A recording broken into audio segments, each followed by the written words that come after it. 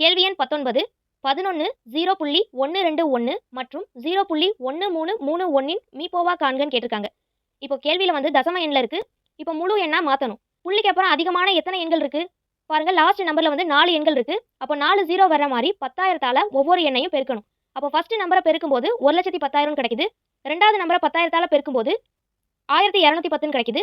மூணாவது நம்பரை 10,000ஆல பெருக்கும்போது 1331 கிடைக்குது. இப்போ கேள்வியில வந்து மீப்போவான்னு கேட்டதுனால இந்த 3 எண்களுக்கும் HCF என்னன்னு கண்டுபிடிக்கணும். 3 எண்களுக்கும் பொதுவா 11 மட்டும் தான் வரும். அப்போ HCF ஓட வேல்யூ என்ன? 11. ஆப்ஷன்ல கொடுத்திருப்பாங்க 11ன்னு எழுதக்கூடாது. தசம எண்ணை முழு எண்ணா மாத்துறதுக்கு 10,000ஆல பெருக்கியிருப்போம்.